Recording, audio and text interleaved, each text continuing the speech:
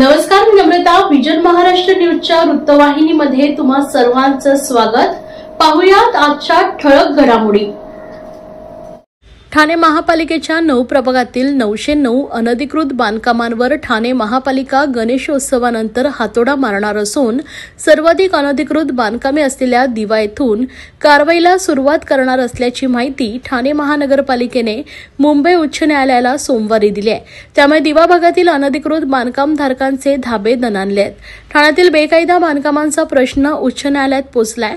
न्यायालयाच्या सूचनेनुसार विशेष पथक तयार करून पालिका क्षेत्रातील सर्व प्रभाग समित्यांमधील अनधिकृत बांधकामांचं सर्वेक्षण करण्यात आलंय.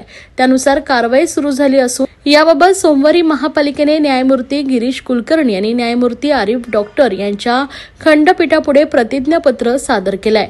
त्यानुसार पालिका क्षेत्रामध्ये सर्व 9 प्रभाग समित्यांमध्ये 909 अनधिकृत बांधकामे आढळली आहेत. सर्वाधिक बेकायदा बांधकामे ही दिवा प्रभाग समितीमध्ये 740 एवढी असल्याचं नमूद करण्यात आलंय. आतापर्यंत बेकायदा बांधकाम प्रकरणी MRTP कायद्याअंतर्गत 44 जणांवर गुन्हा दाखल केलाय. एकंदर 227 बांधकामांवर कारवाई करण्यात आली असून उर्वरित बांधकामांचं पाडकाम प्रगतीपथावर आहे, असेही पालिकेच्या प्रतिज्ञापत्रात म्हटलंय. गणेशोत्सव येत असल्याने पोलीस बंदोबस्तात व्यग्र आहे. त्यामुळे पुढील कारवाई गणेशोत्सवानंतरच करू, अशी ग्वाही पालिकेने न्यायालयाला दिली आहे. या संदर्भात पालिकेच्या अतिक्रमण विभागाचे उपायुक्त शंकर पाटोळे यांच्याशी संपर्क साधला असता त्यांनीही गणपतीनंतर पोलीस बंदोबस्त उपलब्ध होणार असल्याचं सांगितलंय. सध्या पाऊस आणि गणपती सण असल्याने त्यानंतर कारवाई होईल. दरम्यान दिव्यामध्ये आढळलेल्या बेकायदा बांधकामांमध्ये अनधिकृत गोदामांचाही समावेश असल्याचं त्यांनी म्हटलंय. 21 बेकायदा बांधकामे उभी राहण्यास मदत करणाऱ्या संबंधित अधिकाऱ्यांवर कारवाई करण्यास सुरुवात करण्यात आली आहे. त्याचबरोबर 9 जणांना कारणे दाखवा नोटीस बजावण्यात आली असून काही जणांची बदली केल्याचंही प्रतिज्ञापत्रात नमूद करण्यात आलंय. 21 बांधकामे पाडण्यासाठी 4.5 कोटींहून अधिक रुपयांचा खर्च आला. हा पैसा संबंधित विकासकांकडूनच वसूल करण्यात येईल, अशी माहिती ठाणे पालिकेच्या वतीने ज्येष्ठ वकील आशुतोष कुंभकोणी यांनी खंडपीठाला दिली आहे. एवढ्या मोठ्या प्रमाणात इमारतींवर कारवाई करत असताना एकाही विकासकाने पुढे येऊन कारवाई थांबवण्याची विनंती केली नाही, याचं आश्चर्य वाटत असल्याचंही कुंभकोणी यांनी नमूद केलंय. ठाणे महापालिकेने दिलेल्या माहितीनुसार आतापर्यंत बेकायदा 275 बांधकामांची नळजोडणी खंडित करण्यात आली. 43 पाण्याच्या मोटारी जप्त करण्यात आल्या आहेत.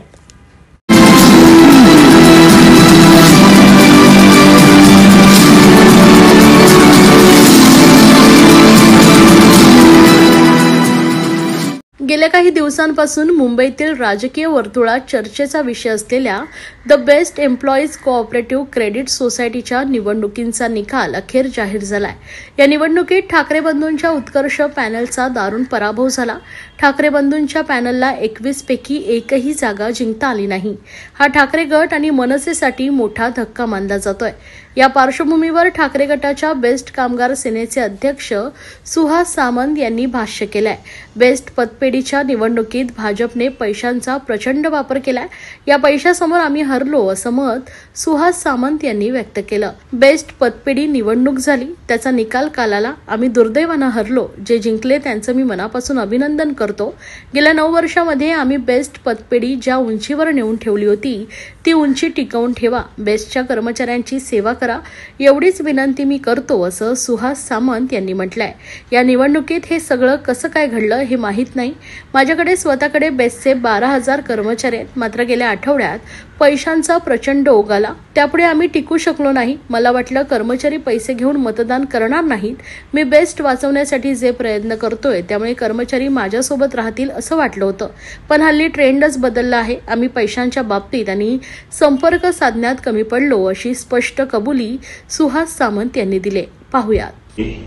काल त्याचा रिझल्टही आला आणि दुर्दैवाने आम्ही त्याच्यामध्ये हरलो.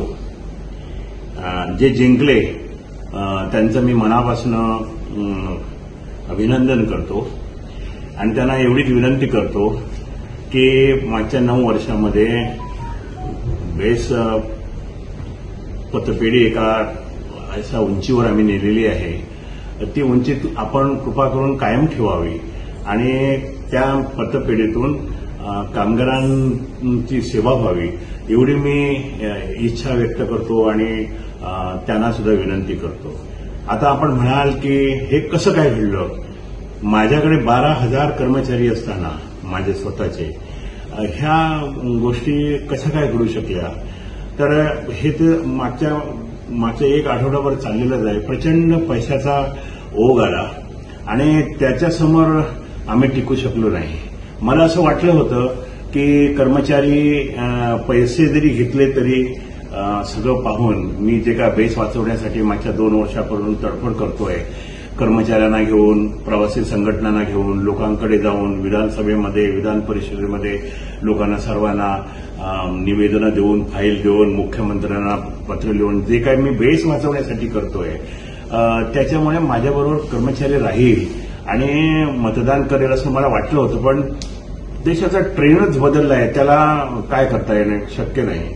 आणि म्हणून कारण आम्ही कमी पडलो केवळ पैशामध्ये, कॉन्टॅक्ट करण्यामध्ये सुद्धा थोडा बहुत कमी पडलो आणि बीजेपीने सगळी आपली पूर्ण यंत्रणा, पैशासकट, अधिकारासकट सगळी यंत्रणा उतरवली. मलाही आश्चर्य वाटतो की साध्या पतपेढीच्या निवडणुकीमध्ये एवढ्या सिरियसली हा पक्ष ते सगळं काय घेतोय, त्याच्याबद्दल त्यांचं स्वागतही केलं पाहिजे, त्यांचं कौतुकही केलं पाहिजे आणि त्यांच्यापासून देशाला भीती आहे हे सुद्धा सांगितलं पाहिजे. कारण पुढची गोष्ट मिळत नाही तर अशा तऱ्हेचा सत्ता वापर करायचा, अशा तऱ्हेच्या पैशाचं वाटप करायचं की समोरचा हे हतबल झाला पाहिजे. हे चाललेलं आहे. पण मी आपल्याला एक सांगू इच्छितो की माझं वय 70च्या वर गेलेलं आहे. आता मी 25 वर्ष बेस्टच्या कर्मचाऱ्यांबरोबर आहे. त्यांच्या व्यथा मला ठाऊक आहेत, त्यांची संसार काय ते मला ठाऊक आहेत. मी माझ्या कर्मचाऱ्यांबरोबर राहणार, मी माझ्या कर्मचाऱ्यांची सेवा करणार जेवढे काय हे असेल तेवढी, आणि ही बेस वाचवण्याचा आटोकाट प्रयत्न करणार.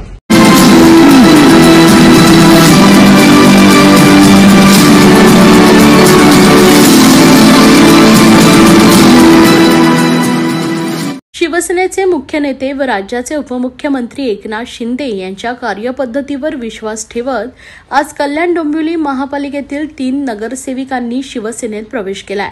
कल्याण ग्रामीणचे तालुका प्रमुख मुकेश पाटील, तालुका प्रमुख प्रकाश म्हात्रे, उबाटाच्या माजी नगरसेविका प्रेमा म्हात्रे आणि माजी नगरसेविका प्रमिला पाटील, संघर्ष समितीच्या माजी नगरसेविका शैलजा भोईर, कोळेगावचे सरपंच राष्ट्रवादी काँग्रेसचे लालचंद भोईर, सरपंच सुनील भोईर, गुरुनाथ जाधव यांच्यासह शेकडो पदाधिकारी आणि कार्यकर्त्यांनी आज उपमुख्यमंत्री शिंदे यांच्या उपस्थितीत शिवसेनेत प्रवेश केलाय. ठाण्यात झालेल्या पक्षप्रवेश सोहळ्यात आमदार राजेश मोरे, शिवसेना सचिव राम रेपाळे, कल्याण जिल्हाप्रमुख गोपाळ लांडगे आदी उपस्थित होते. उपमुख्यमंत्री शिंदे म्हणाले की मागील अनेक वर्षांपासून शिवसेनेचे कार्यकर्ते आणि पदाधिकाऱ्यांशी कौटुंबिक नाते प्रत्येक जण जपत होता. खासदार डॉक्टर श्रीकांत शिंदे यांच्या मतदारसंघात हे पदाधिकारी काम करतात. आज वारकरी संप्रदायाचे देखील लोक शिवसेनेत सहभागी झाले असल्याचे उपमुख्यमंत्री शिंदे म्हणाले. आज सखाराम पाटील, गजानन मांगरोळकर, संजय गायकर, धारिवलीचे उपसरपंच रमेश पाटील, ग्रामपंचायत सदस्य समीर पाटील, गौरव ठाकूर, छाया काळे, वारकरी संप्रदाय अध्यक्ष सुरेश ठाकरे, उपसरपंच चंद्रकांत ठाकूर, विश्वनाथ रसाळ, हेदुटणेचे सरपंच रामदास काळन, हरिश्चंद्र मांगरोळकर यांनी शिवसेनेचा भगवा झेंडा हाती घेतलाय. मुकेश पाटील, त्याचबरोबर कल्याण ग्रामीणचे तालुका प्रमुख प्रकाश पाटील आणि प्रकाश म्हात्रे, त्याचबरोबर नगरसेविका प्रेमा प्रकाश म्हात्रे, नगरसेविका प्रमिला मुकेश म्हात्रे, पाटील प्रमिला, अरे ते उलट होते, प्रमिला मुकेश पाटील, नगरसेविका शैलेजा लालचंद भोईर आणि त्याचबरोबर सरपंच लालचंद भोईर, सुनील भोईर, गुरुनाथ जाधव आणि असंख्य पदाधिकारी आज ग्रामीणमधून, कल्याण ग्रामीणमधून शिवसेनेमध्ये सामील झालेत. मी त्यांचं मनापासून स्वागत करतो. ही सगळी यादी आहे आणि सर्व पदाधिकारी, सरपंच आणि सगळ्यांनीच आज शिवसेनेमध्ये प्रवेश केलेला आहे. खरं म्हणजे ते स्वगृही आलेले आहेत आणि त्यांनाही तिकडे करमत नव्हतं आणि मलाही त्यांच्या वाचून करमत नव्हतं. त्यामुळे आज त्यांनी शिवसेनेमध्ये स्वगृही प्रवेश घेतलाय. खरं म्हणजे गेल्या अनेक वर्षापासून जे काही आमचं एक कौटुंबिक नातं पदाधिकाऱ्याच्या व्यतिरिक्त एक कौटुंबिक पारिवारिक नातं जे होतं ते खऱ्या अर्थाने गेल्या अनेक वर्षापासून प्रत्येकजण जपत होता आणि म्हणून खासदार डॉक्टर श्रीकांत शिंदे यांच्या मतदारसंघामध्ये हे सर्व पदाधिकारी काम करतायत. आज मी त्यांचं मनापासून या ठिकाणी स्वागत करतो. वारकरी संप्रदायाचे देखील पदाधिकारी इकडे आले आणि वारकरी संप्रदाय देखील मोठ्या प्रमाणावर कल्याण ग्रामीणमध्ये आहे. मला वाटतं हा एक चांगला निर्णय त्यांनी घेतला आहे आणि मी त्यांचं अभिनंदन करतो, मी त्यांचं स्वागत करतो. गोपाळदानी आमचे पदाधिकारी इकडे आहेत, त्यांचे देखील त्या ठिकाणी मार्गदर्शनाखाली काम करत असतात लोक.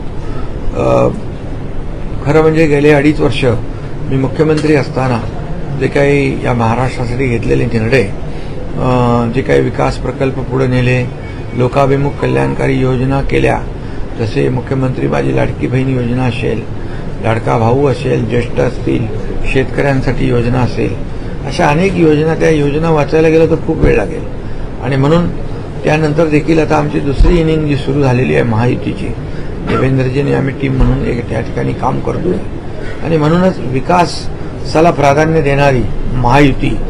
आणि आमचा अजेंडा एवढाच आहे की या राज्याचा विकास आणि या राज्यातल्या सर्वसामान्य लोकांना जे काही त्यांचा जीवनमान उंचावणं, त्यांना शासनाच्या माध्यमातून योजनांच्या माध्यमातून त्यांच्या जीवनामध्ये बदल घडवणं, हे सगळं आमचं उद्देश आणि अजेंडा आहे.